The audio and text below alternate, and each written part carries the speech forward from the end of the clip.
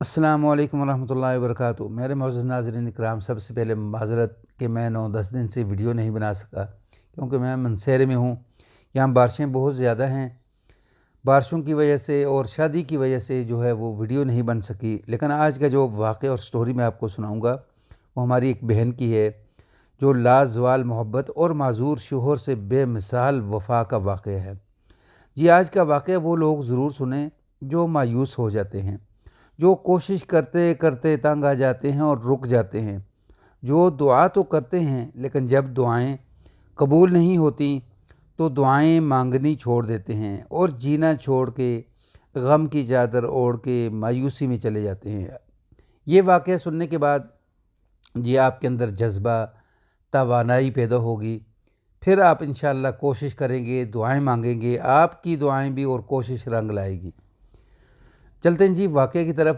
یہ واقعہ ہے نادیہ بہن کا۔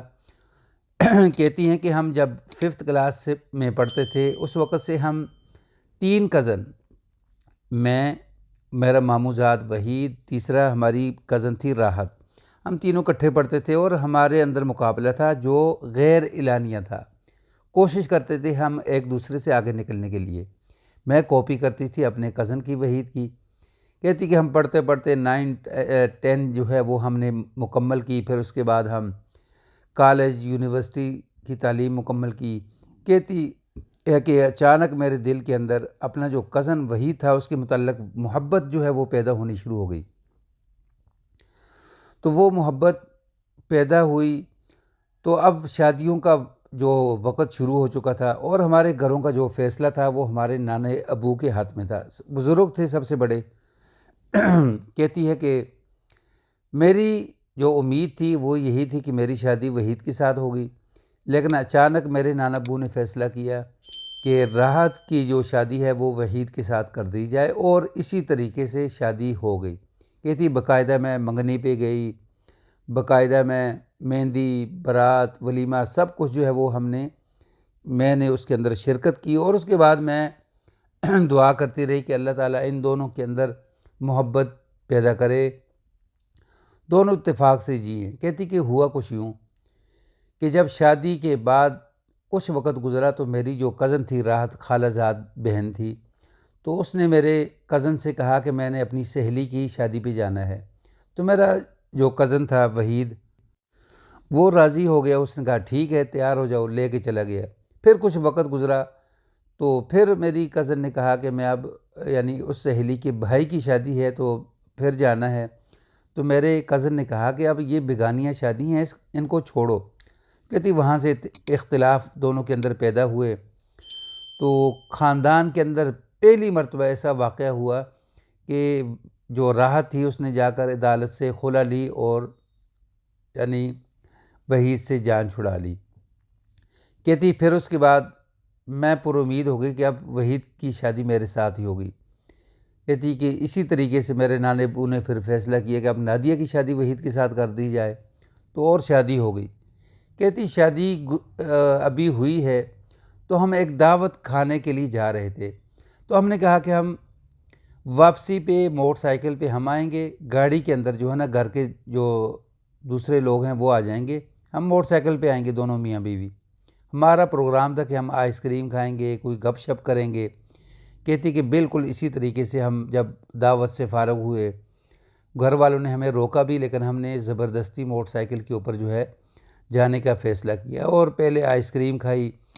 پھر اس کے بعد ہم جب گھر کی طرف نکلنے لگے تو جو میرا اب شوہر تھا وحید، وہ موٹر سائیکل جو ہے وہ جس طرح لڑکے چلاتے ہیں، کبھی دائیں بائیں گھماتے ہیں، ایسے ہی کرتا، ساتھ یہ کہتا کہ کل کیا ہوا یہ کس نے جانا، یہ اس طرح کا کوئی گانا جو تھا وہ گا رہا تھا۔ تو اچانک جو ہے وہ موٹر سائیکل گرتی ہے، وہی سڑک کے اوپر گر جاتا ہے اور اسے چوٹ بھی لگتی ہے اور وہ فوراً جو ہے وہ بے ہوش ہو جاتا ہے۔ کہتی میں اسے اٹھانے کی کوشش کرتی ہوں لیکن اٹھتا نہیں، اسے ہاسپٹل پہنچایا جاتا ہے۔ وہاں جب ایمرجنسی کے اندر لے جایا جاتا ہے تو پتہ چلتا ہے کہ بھائی یہ جو گرا ہے یہ موٹر سائیکل پھسلنے کی وجہ سے نہیں، یہ گرا ہے اس کے سر کے اندر گولی لگی ہے، کسی نے ہوائی فائر نکالا ہے، وہ واپسی جو ہے اس کے سر کے اندر لگا ہے۔ کہتی اب میں اس کے لیے بددعا بھی نہیں کر سکتی تھی کہ وہ شخص کون تھا جس نے ہوائی فائر کھولا اور وہ واپسی بھی میرے شوہر کے سر میں لگا اور گولی جو ہے وہ دوسری طرف سے نکل گئی۔ کہتی اب ڈاکٹروں نے کہا کہ بھائی اب یہ جو ہے اسی طرح کی زندگی گزارے گا، یہ ٹھیک نہیں ہو سکے گا۔ کہتی کہ میں بھی پر امید تھی، دعائیں کرتی تھی، نماز پڑھتی تھی، تو میں نے بھی کوشش جاری رکھی اپنی۔ کہتی کہ حتیٰ کہ میں نے کوئی ڈاکٹر نہیں چھوڑا، میں 2 سال خدمت کرتی رہی، اس کا پیمپر چینج کرنا، اس کے کپڑے بدلانے، اس کو کھلانا پلانا، جو بھی وہ کھاتا پیتا تھا۔ کہتی کہ 3 سال جب گزرے نا تو میرے گھر والوں نے بھی اور وحید کے گھر والوں نے بھی کہا کہ آپ ابھی جوان ہو، آگے شادی کر لو، لیکن میں نے کہا نہیں، میں اب اس کی خدمت کروں گی۔ تو کہتی کہ جب 4 سال گزرے نا تو جاپان سے کوئی ٹیم آئی ہوئی تھی ڈاکٹروں کی، تو مجھے پتہ چلا، تو میں نے اپنے جو چھوٹا دیور تھا اسے لے کر گئی وہاں، تو انہوں نے کہا کہ بی بی 50-50 چانس ہیں کہ یہ ٹھیک ہو جائے، لیکن اس کے لیے آپ کو جاپان جانا پڑے گا۔ کہتی کہ میں نے پھر واپس آ کر میں نے گھر والوں سے بات کی، تو گھر والوں نے کہا کہ اتنے پیسے ہمارے پاس نہیں ہیں۔ اس وقت کے 80 لاکھ روپے بڑی قیمت تھی۔ کہتی میں نے اپنا زیور بیچا، کچھ پلاٹ تھا وہ بیچے، کرتے کرتے جو ہے وہ کچھ ادھار پکڑ کے 80 لاکھ روپے جو ہے وہ پورا کیا اور میں جاپان چلی گئی۔ جب جاپان گئی تو ڈاکٹروں نے چیک کیا اور آپریشن کا بتا دیا کہ اس کا آپریٹ ہوگا، تو میں پر امید تھی، دعائیں کرتی تھی میں۔ کہتی جب 3 دن کے بعد آپریشن کے لیے لے جایا گیا تو کہا جی کم و بیش جو ہے اس کو 7-8 گھنٹے لگ جائیں گے، اور جب وہ آپریشن کے لیے اندر گیا تو میں باہر بیٹھی بیٹھی اچانک میری آنکھ لگ گئی، کیونکہ میں نے کبھی پرسکون نیند کی ہی نہیں تھی، تو میرے اوپر کسی نے کمبل میرے اوپر ڈال دیا اور میں پرسکون سوتی رہی۔ جب میری نیند پوری ہوئی تو میں نے پوچھا ایمرجنسی سے، جو باہر ڈاکٹر کھڑے ہوتے ہیں، وہ کہتے ہیں کہ آپریٹ تو ہو گئے ہے، کامیاب ہوا ہے، لیکن ابھی کچھ کہہ نہیں سکتے، ابھی اس کو 4 دن لگیں گے ہوش میں آتے۔ کہتی جب 4 دن گزرے تو ڈاکٹر جو تھے وہ چونڈی کاٹتے تھے اور سامنے تالیاں بجاتے تھے، وہ اس کی آنکھیں حرکت کرنے لگیں، میں بڑی خوش ہوئی۔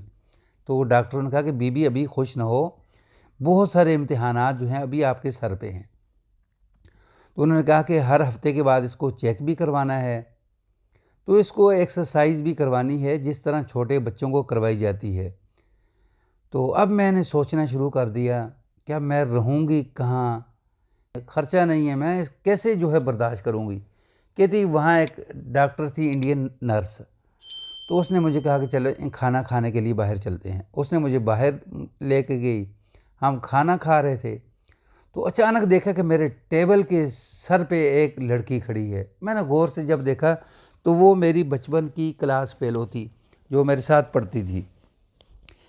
کہتی کہ اس نے مجھے کہا کہ نادیہ تو یہاں کیسے؟ تو اس نے کہا کہ میں اس طریقے سے، میں نے سارا واقعہ بتایا ہے۔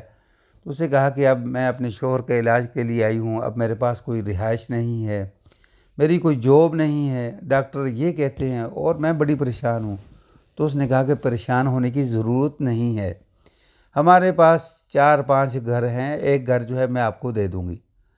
تو اس نے کہا کہ چلو ٹھیک ہے، ایک گھر تو دے دوں گی، لیکن میں نوکری جو ہے وہ کیسے کروں گی، اس کو ڈاکٹر کو کیسے چیک کرواؤں گی؟ تو کہتی کہ اتنی دیر میں اس کا شوہر جو ہے وہ بھی اٹھ کے آ گیا۔ تو اس نے کہا کہ بہن ہمارے پاس اللہ کا دیا ہوا بہت کچھ ہے، بہت کچھ ہے، تو ہم علاج بھی کروائیں گے اس کا، تو آپ جاب بھی ہمارے پاس ہی کریں گی، تو اسی طریقے سے آپ میری بیوی کی سہیلی ہیں اور میری بہن ہیں آپ، تو اس لیے جتنا بھی خرچہ آئے گا نا میں برداشت کروں گا۔ ہم تو ویسے بھی بہت سارے لوگوں کے ساتھ مدد کرتے ہیں، ہمیں اللہ نے بہت کچھ دیا ہوا ہے، تو اس لیے آپ کے شوہر کا بھی علاج ہم کروائیں گے۔ کہتی میرے لیے نئی امید جو ہے وہ پیدا ہو گئی، میں بڑی خوش ہوئی، دعائیں دیں ان کو، پھر ان کے پاس ہم رہنے لگے۔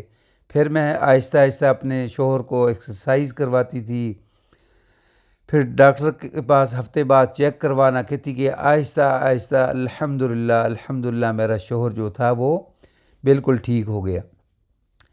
کہتی کہ اب ہمارے پاس ایک اور جو ہے ہمارے لیے ایک اور امتحان تھا۔ وہ امتحان یہ تھا کہ ڈاکٹر کہتے تھے کہ بھائی کہ اب آپ کی اولاد نہیں ہو سکتی۔ تو میں بڑی پریشان، میں نے کہا چلو کوئی بات نہیں، جس طرح ہماری سہیلی نے اور اس کے شوہر نے ہماری جو ہے وہ خدمت کی ہے، مدد کی ہے، ہم بھی اس طرح آگے زندگی کے اندر جب تک یہاں رہیں گے ہم لوگوں کی خدمت کریں گے۔ لیکن کہتی ہے کہ میں یعنی یہ جو آپ دیکھنے والے لوگ ہیں نا، کہتی ہے کہ ان سے کہنا کہ کم از کم وہ ہمارے لیے دعا کریں کہ اللہ تبارک و تعالی ہمیں اولاد دے، کیونکہ دعاؤں کے اندر بڑی برکت ہے، بڑی طاقت ہے۔ کہتی کہ اب ہمیں جاپان کی نیشنلٹی بھی مل چکی ہے، ہم جاپانی شہری ہیں، ہمارا کاروبار بھی ہے، ہم الحمدللہ بڑی خوشحالی کی زندگی گزار رہے ہیں، بس کمی ہے اولاد کی کمی ہے۔ وہ ہمارے بہن بھائی جو ہیں دیکھنے والے وہ دعا کریں گے، انشاءاللہ کسی نہ کسی کی دعا لگے گی اور اللہ تبارک و تعالیٰ انہیں اولاد بھی دیں گے۔ کہتی کہ اب ہمارا مشن بھی یہی ہے کہ ہم لوگوں کی مدد کرتے ہیں، خدمت کرتے ہیں، تاکہ جس طرح کسی نے ہماری زندگی میں آ کر ہماری مدد کی، ہماری خدمت کی، تو آج میرا شوہر جو ہے وہ اپنے قدموں پہ کھڑا ہو چکا ہے اور عام انسان کی طرح زندگی گزار رہا ہے۔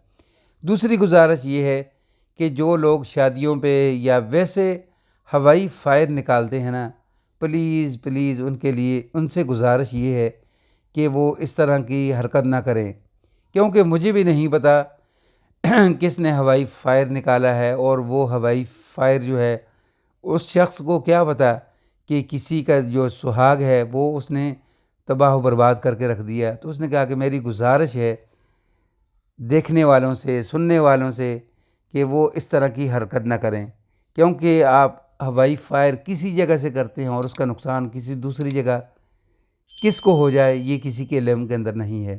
تو اس طرح کی جو حرکت ہے اس سے چھوڑ دیں۔ ناظرین، یہ جو آج کا واقعہ ہے، یہ واقعہ ضرور سننے کے بعد آپ کے اندر توانائی، جذبہ اور دعا مانگتے ہیں۔ اگر آپ نے چھوڑ دی ہیں، دوبارہ آپ کوشش شروع کریں گے کہ انشاءاللہ ہم دعائیں مانگیں گے، ہماری دعائیں بھی قبول ہوں گی، ہماری بھی ہر وہ جائز خواہشات پوری ہوگی، جس طرح ہماری نادیہ بہن کی جائز خواہش، پھر اس کی جو محبت تھی اس کو اللہ تبارک و تعالیٰ نے دوبارہ ملایا، تو دعائیں کرتی تھی، نماز پڑھ کے روتی تھی، تو اللہ تبارک و تعالیٰ نے اس کی دعائیں بھی قبول کی ہیں۔ باقی سٹوری پسند آئے تو اس کو آگے شیئر کر دیں، چینل پر نیو ہیں تو اس کو سبسکرائب کر دیں، بیل کے بٹن کو دبا کے رکھیں تاکہ آنے والے ہر واقعہ جو ہے وہ آپ کو ملتا رہے۔ ناظرین، میں نے سوچا کہ ہم سفر کر رہے ہیں، ذرا سفر کے حسین مناظر جو ہیں وہ آپ ساتھ ساتھ دیکھیں۔ بہت ہی پیارا موسم ہے، پورے رستے کے اندر بارش لگی ہوئی تھی، یہاں صرف آ کر کلر کہار کے اندر جو ہے یہ بارش یہاں تھمی ہے، تو ہم نے کہا کہ چلیں اپنی سٹوری جو ہے وہ مکمل کرتے ہیں، تو اس کو آگے شیئر کر دیں۔ السلام علیکم ورحمۃ اللہ۔